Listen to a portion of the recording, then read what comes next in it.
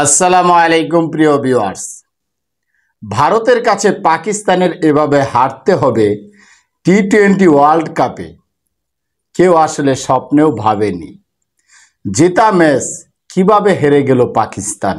দেখুন, ভারত পাকিস্তান ম্যাচে যত অদ্ভুতুরে রেকর্ড জাতি ইতিমধ্যেই দেখতে পেরেছে। সম্মানিত দর্শক, এমন এক ম্যাচ হারতে হবে সেটা যেন ভাবতেও পারেননি এবং ভাবেননি পাকিস্তানের সমর্থকরাও।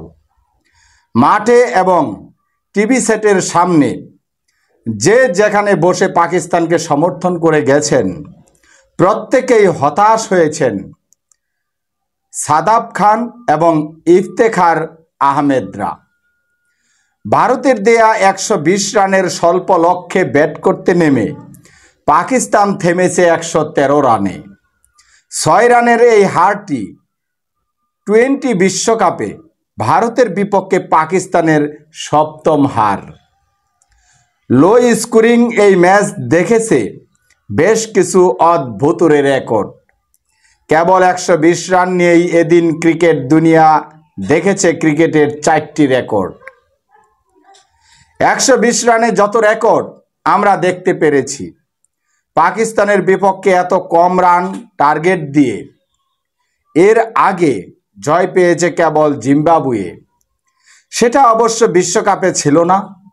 বিশ্বকাপে পাকিস্তানের সবচেয়ে কম রান তাড়া করতে গিয়ে হার এটি। এর পরে আছে অস্ট্রেলিয়ার বিপক্ষে মেলবোর্নে 128 রানের টার্গেটে হার। বিশ্বকাপেও সবচেয়ে কম রান করে জয়ের রেকর্ডে শীর্ষে আছে এই ম্যাচ। 120 রানের টার্গেটে এর আগে হেরেছিল নিউজিল্যান্ড, সেটা বাংলাদেশের মাটিতে 2014 সালে। 10 বছর পর একই রান করতে গিয়েছে পাকিস্তান। টি-20 বিশ্বকাপের লজ্জার রেকর্ডে নিউজিল্যান্ডের পাশে এখন পাকিস্তানের নাম। নিজেদের ক্রিকেট ইতিহাসে এটি ভারতের সবচেয়ে কম রান ডিফেন্ড করে জয় পেয়েছে তারা।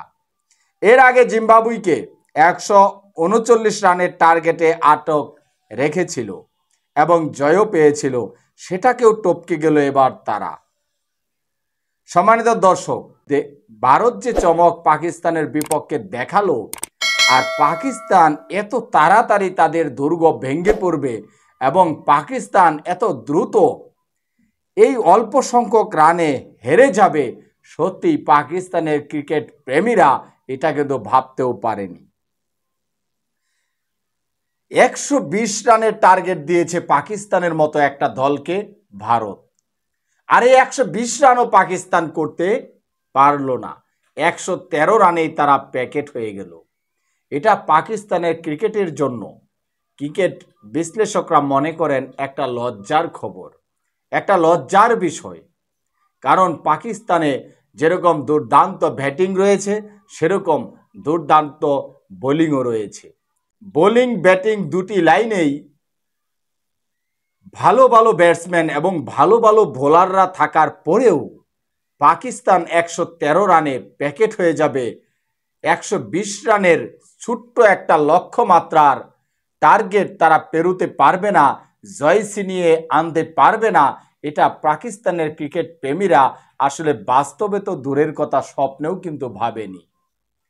পাকিস্তান ক্রিকেট দলকে ভাবতে হবে তাদের গেপ কোথায়, সেটা বের করতে হবে। 120 রানের টার্গেট তারা করে তারা 113 রানে প্যাকেট হয়ে গেল, তারা হেরে গেল ভারতের কাছে।